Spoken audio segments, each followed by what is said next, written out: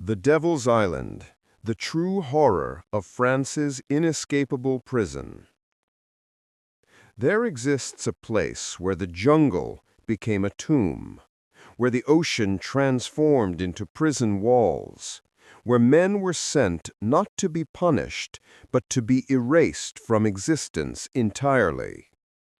Between 1852 and 1953, France operated a penal colony so brutal, so methodically designed to destroy the human spirit, that its very name became synonymous with hell on earth.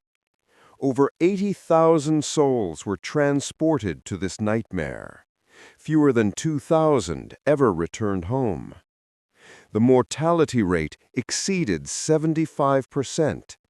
Think about that number.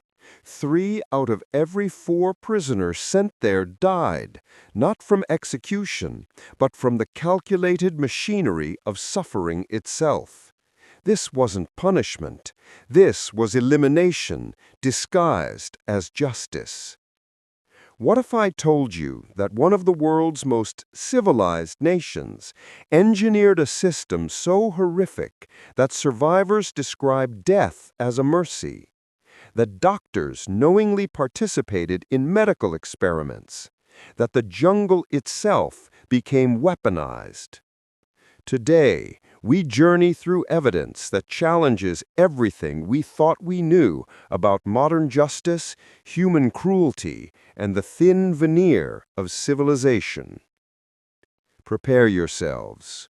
We begin. In 1852, Emperor Napoleon III signed a decree that would condemn tens of thousands to unspeakable horror. The French government, seeking to rid itself of undesirables, petty thieves, political dissidents, homosexuals, and anyone deemed socially inconvenient, established a penal colony in French Guiana, South America. The centerpiece, Devil's Island, a triangular rock barely 34 acres in size, surrounded by shark-infested waters and positioned 7 miles off the coast in the Atlantic Ocean. From Paris, the plan seemed elegant. Send criminals to a tropical location where they could perform forced labor, opening French Guiana to colonization. The prisoners would work, serve their time, and theoretically rehabilitate. But here's the horrifying truth. The system was designed from the beginning to ensure prisoners never left alive. Upon arrival at the port of Saint-Laurent-du-Maroni, prisoners encountered what officials called le bain, the penal administration. They were immediately stripped, deloused with chemicals that burned their skin, and assigned numbers. Names disappeared. Identity disappeared. Then came the first revelation of their fate, the doublage law. Any prisoner sentenced to less than 8 years had to remain in French Guiana after release for a period equal to their original sentence. Anyone sentenced to 8 years or more could never leave, ever. Even if they survived their sentence, they were condemned to die in this tropical hell as liberated men, with nowhere to go, no means of survival, and no hope of return. Dr. Louis Rousseau, a physician who worked in the colony in the 1920s, wrote in his secret diary, "We are not running a prison. We are managing an extermination program with paperwork." But the evidence forces us to confront an uncomfortable possibility. What if this wasn't bureaucratic oversight? What if the death was the point? The evidence begins. The geography of despair. Evidence number 1. The location was strategically chosen for maximum lethality.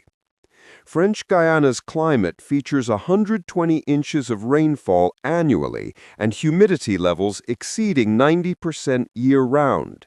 temperatures hover between 80 and 90 degrees Fahrenheit constantly, conditions that cultivate disease at unprecedented rates.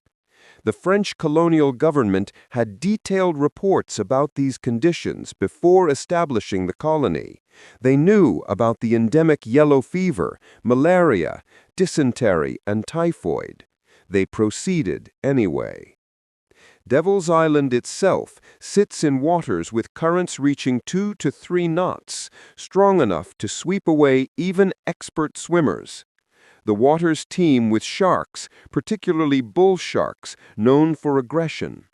Records show that every single escape attempt from Devil's Island by swimming resulted in death, either from drowning, shark attack, or the prisoner's body never being found. Captain Alfred Dreyfus, the famous French officer wrongly convicted of treason, was imprisoned on Devil's Island from 1895 to 1999. His letters describe the island as a rock of desolation where not even birds dare to nest. The heat reflected off the bare stone created temperatures exceeding 120 degrees Fahrenheit. Guards built his tiny hut directly on the rock with no shade. He was forbidden to speak to anyone for 4 years. Evidence number 2. The medical system was weaponized. Dr. Jean-Claude Bernheim's classified report to the French Ministry of Colonies contains a devastating admission. Of the medical facilities in the penal colony, he wrote, "The hospital at Saint-Laurent-du-Maroni serves primarily as a place for prisoners to die with documentation, not to receive treatment." Medical supplies were systematically understocked. Quinine, the only effective treatment for malaria, was rationed even as malaria ravaged the population. Mortality records show that 60% of all deaths were from preventable tropical diseases. But here's where it gets truly sinister. The colony employed medical experiments. Dr. Paul Sarraut documented in 1931 that prisoners were deliberately infected with diseases to test treatments without consent, without anesthesia, without any ethical oversight whatsoever. Men were used as test subjects for tropical medicine research, their suffering justified as serving science. One survivor, Francis Lagrange, testified in 1938. The doctors would select prisoners from the barracks. We called it the death lottery.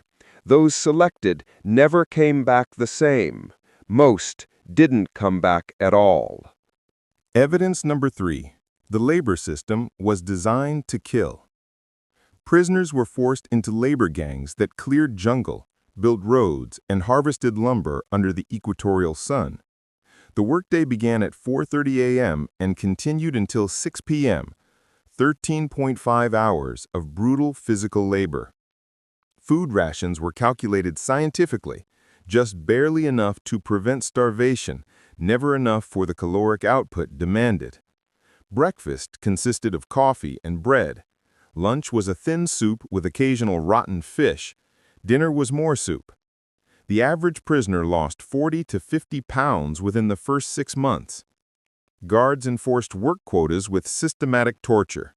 Failure to meet quotas resulted in placement in les cellules, isolation cells measuring 6 feet by 6 feet, completely dark, with no sanitation. Prisoners were kept in these cells for weeks, sometimes months, often naked, standing in their own waste. The most feared punishment was the blockhouse, underground cells carved from rock, filled with several feet of water.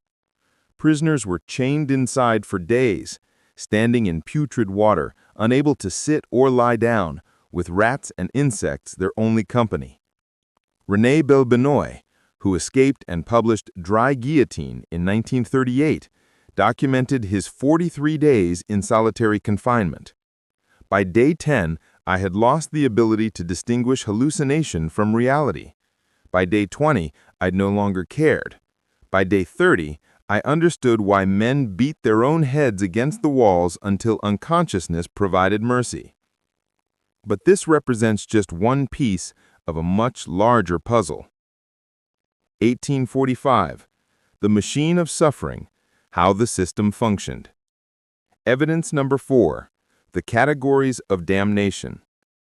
The penal colony divided prisoners into 4 classifications, each representing a different circle of hell. Transportés were common criminals serving sentences. They faced forced labor, disease, and the doublage system. Relégués were repeat offenders, men who'd committed minor crimes multiple times. Under the 1885 Repeat Offenders Act, their third conviction resulted in permanent exile to French Guiana. A man could be sent to die in the jungle for stealing bread 3 times. Incorrigibles were prisoners deemed too dangerous or rebellious. They were sent to the offshore islands, Ile Royale, Ile Saint-Joseph, and Devil's Island itself. Here, silence was enforced absolutely. Prisoners could not speak to each other under any circumstances. Some men went years without hearing a human voice speak to them directly. Condemned were prisoners under death sentence awaiting execution by guillotine. The guillotine operated in the colony until 1945, carried out at dawn in the central square where all prisoners were forced to watch. Evidence number 5. The elimination of hope. Letters from prisoners were heavily censored. Any mention of the true conditions was struck out. Many letters never left the colony at all. Families in France received standardized messages saying their loved ones were adjusting well to tropical life, even as those men were dying. The colony maintained a cemetery called Cimetière des Anamites. Graves were unmarked, crosses were reused, bodies were often dumped without ceremony into mass graves or thrown into the ocean. When journalist Albert Lones visited in 1923 and published Oh Bang, exposing the horrors, the French government denied his findings. They published official reports claiming mortality rates of only 15% and showing photographs of healthy prisoners, carefully staged propaganda. But Longers had smuggled out the truth. Photographs of skeletal prisoners, documentation of torture devices, and testimony from guards who had grown sick of the cruelty. Evidence number 6. The jungle itself became prison. The mainland camps at Saint-Laurent and Kourou were surrounded by virtually impenetrable jungle. Prisoners who escaped the camps faced a gauntlet of horrors. The jungle contained jaguars, venomous snakes, including the deadly fer de lance, poisonous plants, and clouds of mosquitoes that could drain enough blood to cause anemia within days. The heat and humidity caused machetes to rust, compasses to fail, and wounds to become infected within hours. Indigenous people in the region, traumatized by brutal treatment from the French colonial administration, killed escapees on site or turned them over to authorities for bounties. The nearest refuge was Dutch Guyana, now Suriname, over 100 miles through trackless jungle. Of the estimated 12,000 prisoners who attempted escape into the jungle over the colony's century of operation, records document fewer than 200 successful escapes. Charrière, an escapee who succeeded in reaching Venezuela, wrote, "The jungle kills more thoroughly than any guillotine. It kills slowly, taking days to do what the blade accomplishes in seconds. But it allows you to understand fully that you are dying." The theory: administrative murder. The evidence points to an inescapable conclusion. Devil's Island and the French Guiana penal colony represented a form of murder disguised as justice, what historians now call administrative killing. This concept differs from genocide or mass execution. No one was taken to a wall and shot. No gas chambers existed. Instead, the French government created a system that produced death through calculated neglect, impossible conditions, and systemic brutality. Dr. Marion F. Godfrey, modern criminologist specializing in penal history, explains, When you design a system where 75% mortality isn't a failure, but rather an expected outcome that continues unchanged for a century, you're not running a prison. You're running a death camp with legal paperwork. Consider the mathematics. Over 80,000 sent, fewer than 2,000 returned. That's approximately 78,000 dead over 101 years of operation. That's 772 people per year, more than 2 people per day, every single day, for a century. The French government had multiple opportunities to reform or close the colony. The 1867 report by Inspector General François-Désiré Barrot described conditions as incompatible with human survival. Ignored. The 1880s cholera epidemic killed 1,200 prisoners in 4 months. The colony remained open. The 1923 Londres exposé caused international outrage. Minimal reforms were implemented, none addressing the root causes. The 1938 publication of multiple survivor memoirs, the government questioned the author's credibility rather than investigating. The colony finally closed in 1953, not because of humanitarian concerns, but because it had become economically unprofitable and diplomatically embarrassing after World War II.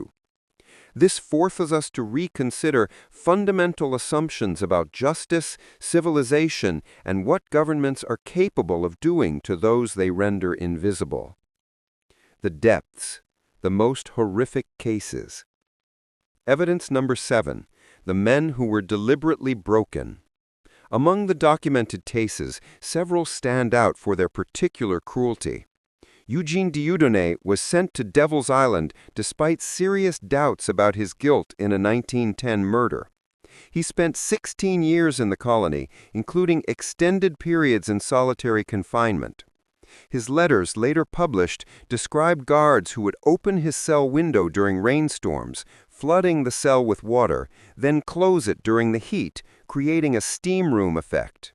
He wrote, "They are seeking the precise temperature at which the human mind liquefies."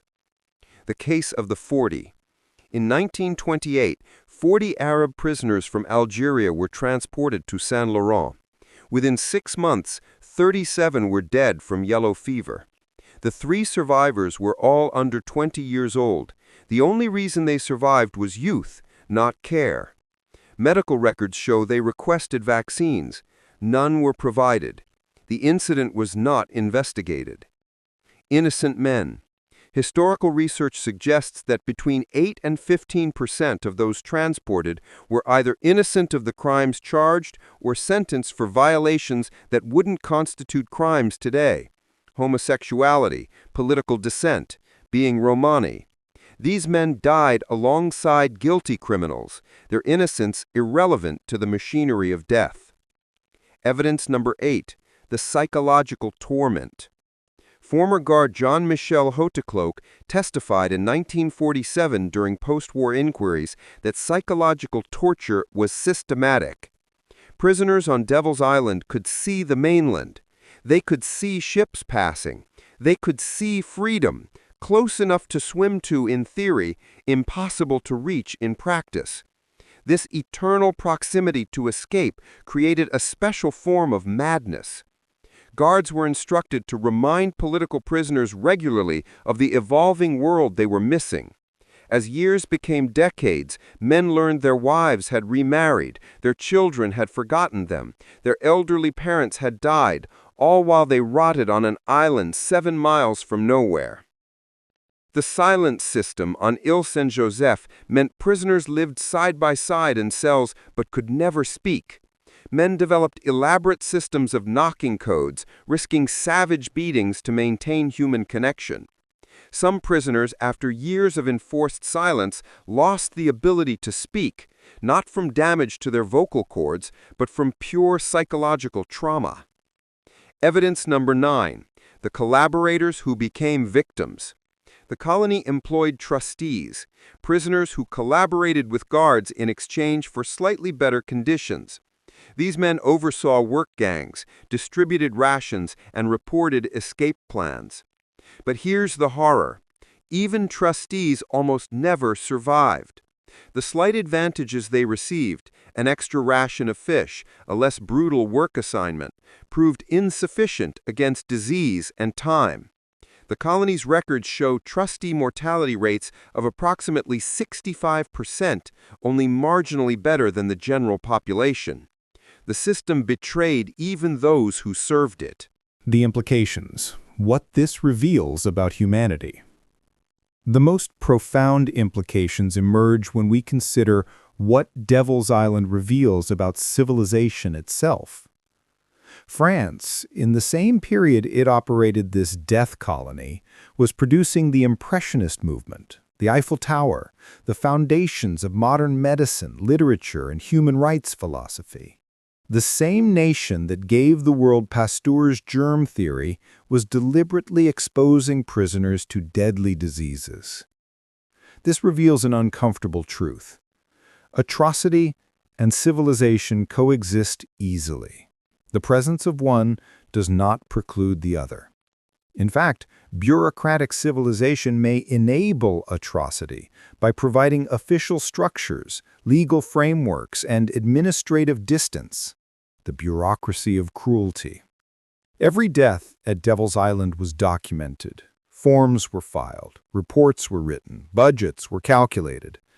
The horror was not chaos, it was paperwork. Evil was not passionate, it was administrative. The invisibility mechanism.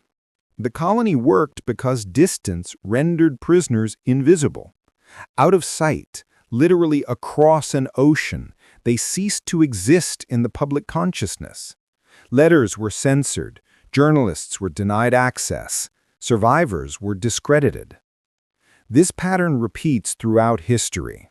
Abu Ghraib, Guantanamo Bay, black sites, immigration detention centers. When humans are rendered invisible and stripped of legal protections, atrocity becomes possible, even probable. The survivor's testimony problem. When survivors did speak, Belbenoit, Charrière, Rousseau, they were accused of exaggeration. Surely it couldn't be that bad, people said. They must be embellishing. But the official records, once finally opened to historians in the 1980s and 1990s, proved the survivors had understated the horror, not exaggerated it. The reality was worse than the testimony. This forces us to confront a disturbing question. How many contemporary situations are we dismissing as exaggeration that will prove to be understatements when future archives are opened? The reckoning. What became of the guilty? Here's what's particularly chilling. Almost no one was held accountable. The administrators who ran the colony retired with full pensions. The doctors who conducted experiments without consent faced no medical board reviews. The guards who tortured prisoners were never prosecuted. The French government issued no formal apology until 1995, and even then it was vague and avoided specific acknowledgement of the deliberate nature of the cruelty. The only punishment came in the form of historical memory, and even that is fading. Today, few people have heard of Devil's Island beyond the vague awareness of it as that place from the Papillon movie. The ruins remain. The islands can be visited. Tourists walk through the crumbling buildings, pose for photos, and leave. The jungle has reclaimed most structures. The ocean continues its eternal circulation, indifferent to the thousands who drowned trying to cross it. In the cemetery at Saint Laurent, a single monument stands to the memory of those who suffered here. No names, no count of the dead, just an acknowledgement that suffering occurred, passive voice, no agent specified. Conclusion. The horror that vanishes. We began with a question. How could a modern nation engineer such systematic cruelty? The evidence reveals the answer is disturbingly simple: distance, bureaucracy, and the rendering invisible of human beings. Devil's Island operated for 101 years because it was far away, because the victims were considered disposable, because the machinery of death was dressed in the language of justice and legality. 78,000 human beings were fed into this machine. They had names, families, stories, dreams. The vast majority died unnamed, unmourned, and unremarked upon by the society that condemned them. Some were criminals, some were innocent, some were political prisoners, some were simply inconvenient to the social order. In the end, the colony made no distinction. It consumed them all equally. Today, the jungle has nearly completed its erasure. In another century, perhaps no physical trace will remain. The ocean will continue its circuits, the sun will continue to beat down on bare rock, and unless we remember, unless we bear witness, the horror will vanish as completely as the men who died there. But here's what we cannot allow to vanish: the knowledge that civilization is a choice actively maintained, that bureaucracy can serve either justice or atrocity, that distance, whether physical, social, or psychological, enables cruelty by making suffering invisible. The ghosts of Devil's Island whisper a warning. This happened. This was legal. This was documented. This was approved at the highest levels of government. And it could happen again. The most terrifying horror stories are the ones that are true. The ones that reveal not what monsters might do, but what humans, ordinary humans, actually did, with signatures, stamps, and filed reports. Remember Devil's Island. Remember the 78,000. Because the moment we forget is the moment we make it possible again.